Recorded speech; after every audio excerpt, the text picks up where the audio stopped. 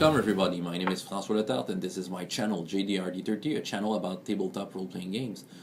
Today my video is about BrigadeCon 2015 and the game that I will run there, which is a game of FASERIP, superheroes. Yeah, so today we'll talk about all those stuff. Let's begin with BrigadeCon. BrigadeCon is an online RPG event where there's game, panels, and all sorts of stuff. It's a free event and it's going over the span of 24 hours. The event will be held October 10th, which is tomorrow by the making of this video. So yeah, so if you're wherever you are in the world, you can attend to a game. It's a free event. You go to the link I will put below, the BrigadeCon website, and you can subscribe yourselves to a game. So go check that out. And while it's a free event, BrigadeCon is tied to a charity event, which is an organization called Child's Play. Child's Play, well, you can make a donation during all BrigadeCon day, or you can make a donation wherever you want. You know, Child's Play is taking donations all year long. And Child's Play, well, what they do is that they give games throughout hospitals around the world for the children's. Yeah, so they will have a better stay like that. So I think it's a good cause. You can give money to them to help them fulfilling their goals. So I invite you to check out BrigadeCon, that it will be held tomorrow. The link is below. Go subscribe yourself to a game. It's fun, it's free, and you will meet very awesome people there. So the game I will run, well, it's already sold out. I must tell you that if you want to attend to the game, well, you can watch it, my game will be at 9 p.m. my time, which is -4. My time zone is -4. So it's FASERIP against the flood. So I will present that to you. I will begin by talking to you about the game system, FASERIP.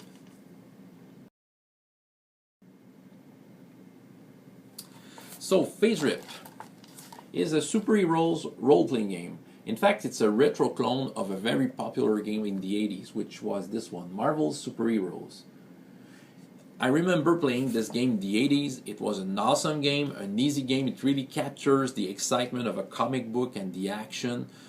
And yeah, so I guess I'm not alone who had a blast back then for this game, because all the retro clones that are coming out with this game system proves that this game system to run superheroes was a good one.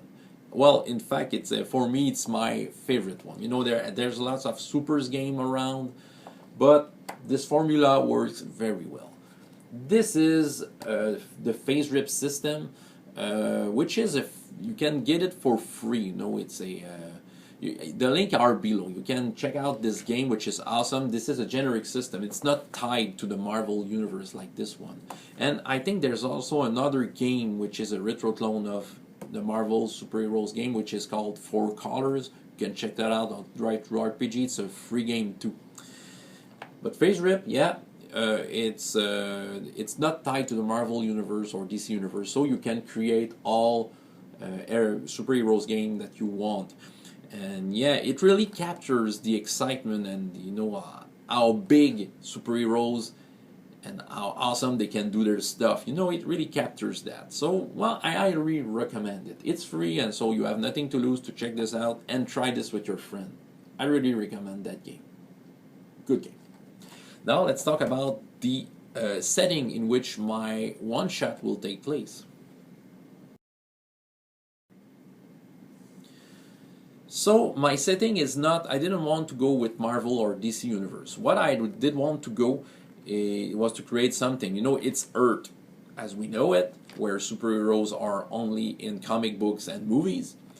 But suddenly they are real superheroes. So I did want to have a world where the normal person suddenly discovers that there are real superheroes going around, and yeah, having that kind of impact. And also it gave the player the freedom of choices, well, more freedom about their creations, you know, not being worried about having a copy of someone who is already there. So yeah, that's the goal I wanted to achieve with that setting. Now, this is the Stardust versus Osiris War. Who are they? The Assyrians and the Stardust are cosmic beings that were created at the beginning of time, you know, when the Big Bang happened. And they are at war since that time, okay? The Assyrians, who they are? The Assyrians are the bad guys here. The Assyrians are being which, in order to stay alive, they have to destroy life in the universe. Okay, they have a mission, is to go on planets or wherever life may be, and try to destroy it for them to feed themselves. While the Stardusts have another goal, is to preserve life. They are kept alive because if there's life in the universe, so they are at war. So these cosmic beings floating in space will land on planets, and they will try to fight each other in order, well, for the Assyrians they want to destroy, and the Stardust want to preserve the life. So their Stardusts have lost some of their fights, Assyrians too.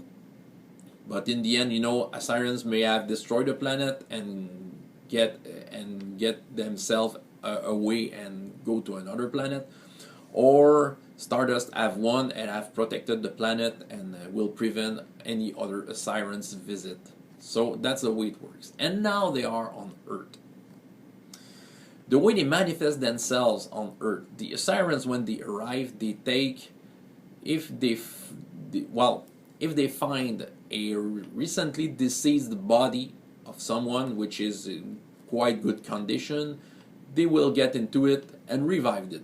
Basically, Assyrians are undead, but they are not zombies. You know, many people won't notice that a person that they know is actually dead with Assyrians inside of him, because he will look all the same, he will talk the same. You know, the Assyrians are using the brain of the body, so they will be basically the same person, but they will try to fulfill their mission, try to find a way to destroy the most life as possible. And they will propagate like that, you know, taking bodies. And Assyrians may have some powers, some superpowers. So yeah, they are very dangerous. Assyrians operates, they don't, well, between themselves they have a plan, but they won't tell their plans, because if they are caught, they will destroy themselves. Okay, you will never know what are their plans until you see it in action. So you have to observe the Assyrians, trying to find out what they are up to and trying to prevent them to do whatever they want to do. If you are Stardust, because that is your mission. You are Stardust, you try to stop them. Well, you can do other superhero stuff, saving life and saving the day, but you have a primary mission, is to make sure that the Assyrians won't succeed in their plans. Stardusts, how they manifest on Earth. Well, when they arrive on Earth, they are searching for souls. Usually, these are the souls of people who have out-of-body experience, especially when they are kind of dying, you know, in a hospital, and you know their souls is going out. They see themselves inside the body. They see the tunnel. Well, the Stardust would kind of merge with the soul and get back to the body. And when these persons are waking up, they are like they were before, except that they know that they're not alone.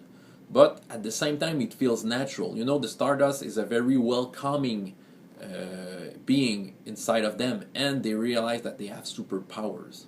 It's up to them to know how they will manage their superpowers and how they will hide it from the population. But they have to be careful, because the Assyrians, if they know where they are, they will try to destroy them. It's part of their plans, you know, to stop the Stardusts, to stop the Stardust from stopping their plan. Okay, that's the kind of war they have. So the player characters are 4 members of the Stardusts.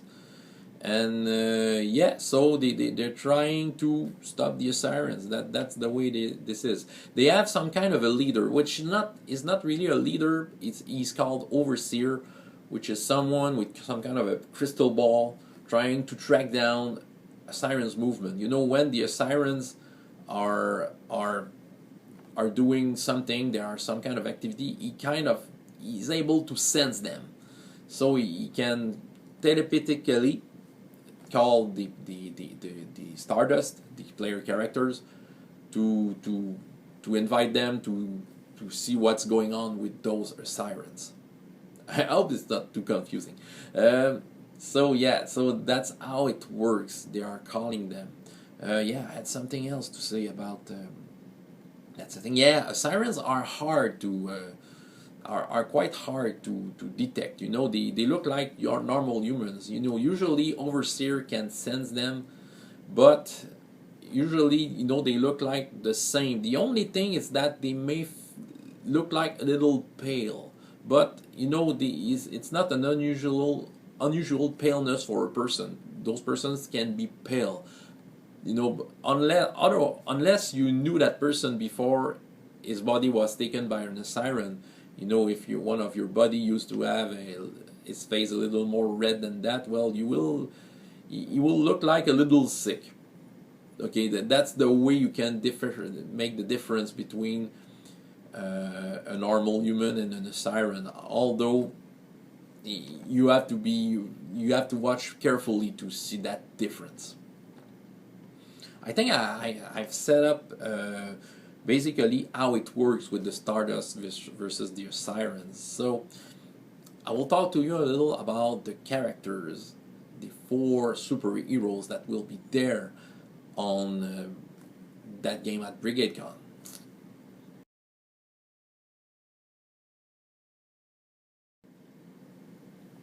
So we have 4 characters. Let's begin with the Gaze.